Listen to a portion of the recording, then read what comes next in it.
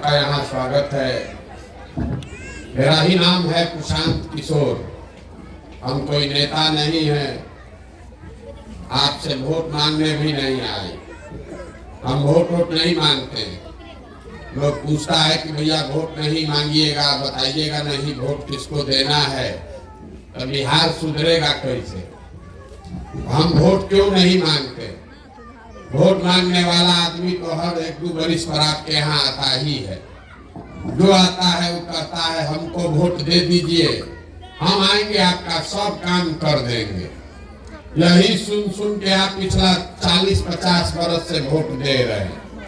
पहले कांग्रेस को जिताए, फिर 15 वर्ष लालू जी को राजा बनाए। अभी 18 साल से नीतीश बाबू कुर्सी पर बैठे हैं। दिल्ली में हमने मोदी जी को भी जिता कर देख लिया। आपका और आपके बच्चे का जीवन नहीं सुधरा। तो अब कोई प्रशांत किशोर आए हैं, आप हमारी बात सुनिएगा, हम पर भरोसा करके हमको वोट दे दीजिएगा। तो इसका क्या गारंटी है कि जीतने के बाद हम धोखा नहीं करेंगे। जैसे पहले का आदमी जीत के गया धोखा किया, हम भी जीत कर धोखा कर सकते हैं। इसीलिए हम वोट नहीं मांगते। अभी 15 मिनट में आपको एक रास्ता बताएंगे। अगर आपको समझ में आ जाए तो वोट जिसको देना है दीजिए, लेकिन जो रास्ते से बताएंगे वो रास्ता से दीजिएगा। तो आपके बच्चों के लिए पढ़ाई और रोजगार, ये 2 चीज निश्चित तौर पर हो जाएगा। आप बात को सुनिए, समझिए, ठीक लगे तो अपनाइए, और न ठीक लगे तो जैसे जिंदगी चल रहा है वैसे चलाइए। रास्ता बताने के लिए हम भाषण नहीं देंगे।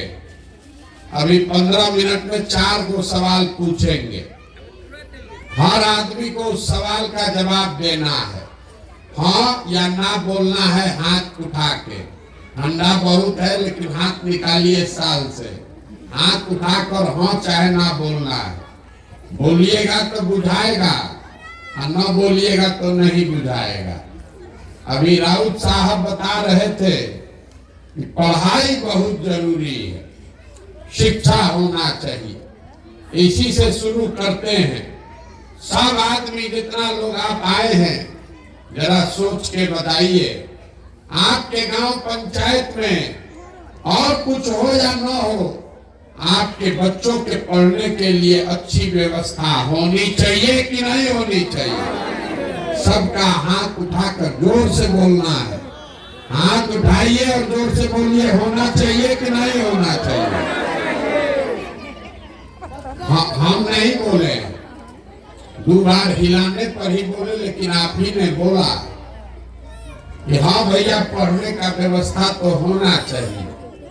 चाहे आप खुद पढ़े लिखे हैं या अनपढ़, आप अगड़े हैं या पिछड़े, आप हिंदू हैं या मुसलमान, गरीब या अमीर, सब ने कहा कि भैया पढ़ने का व्यवस्था होना चाहिए। क्योंकि इतना समझदारी सब में है कि अगर आपका बाल बच्चा पढ़ लिख जाए, पढ़ लिख के नौकरी रोजगार पा जाए, तो कोई मुखिया बने, कोई विधायक बने, कम से कम आपके बच्चे का जीवन सुधर जाएगा। इतना बात आप सबको बुझा रहा। तो जितना आप समझदार लोग यहाँ बैठे हैं, सब आदमी जरा एक बार अपने अपने बच्चों का चेहरा याद कर लीजिए और अपने बच्चों के नाम पर एक बार ईमानदारी से बताइए, आप में से किसने जीवन में एक बार भी बच्चों के पढ़ाई के लिए वोट दिया है। देखिए गांव का दुर्दशा। एक आदमी ने भी आज तक पढ़ाई के लिए वोट नहीं दिया। अभी कितना जोर से आप बोले हैं, ए भैया पढ़ाई होना चाहिए, लेकिन आपने पढ़ाई के लिए वोट नहीं दिया।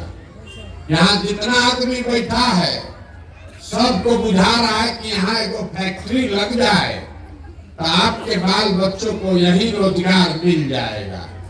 लेकिन आपने कभी जीवन में फैक्ट्री रोजगार के लिए वोट नहीं दिया, मान लीजिए पढ़ाई रोजगार पर नहीं दिए, खेती तो सब लोग करता है। अभी आपका धान कटा है 1 महीना पहले, धान का दाम है 2150 रुपया, आप बेचे हैं 1600 में 1700 में। सबको बुझा रहा है कि अगर आपके धान का 2150 रुपया दाम मिलता, आपका आमदनी बढ़ जाता, लेकिन आपने कभी धान गेहूं के दाम के लिए वोट नहीं दिया। जब आप पढ़ाई के लिए, रोजी रोजगार के लिए, अपने आमदनी के लिए वोटे नहीं देते हैं तो आपको मिलेगा कैसे? अब कोई खड़ा होके कहेगा, पीछे से एक आदमी हल्ला कर रहा था, ए भैया वोट तो ठीके दिए हैं, नेता लोग कामे नहीं करता, किसको हम लोग वोट दें? इसका क्या गारंटी है कि रोजगार के लिए वोट देंगे तो रोजगार मिलेगा? बिल्कुल इसका गारंटी है। लिख के ले लीजिए, हमसे लिख के ले लीजिए, वोट चाहे जिसको दीजिए, हम आपको लिख कर देते हैं, जो रास्ता बताएंगे वैसे वोट दीजिएगा। तो वोट जिसको मन है दीजिए, रोजगार पढ़ाई अपने लिए ले लीजिए। अगर हमारी बात पर भरोसा नहीं है तो दूसरे सवाल का जवाब दीजिए, और आपके आंख के सामने अभी दिखेगा कि आपके बच्चों को रोजगार पढ़ाई कैसे मिलेगा। सब आदमी जरा सोच के बताइए, आज तक जीवन में आपने जिसको भी वोट दिया है, उन नेताओं ने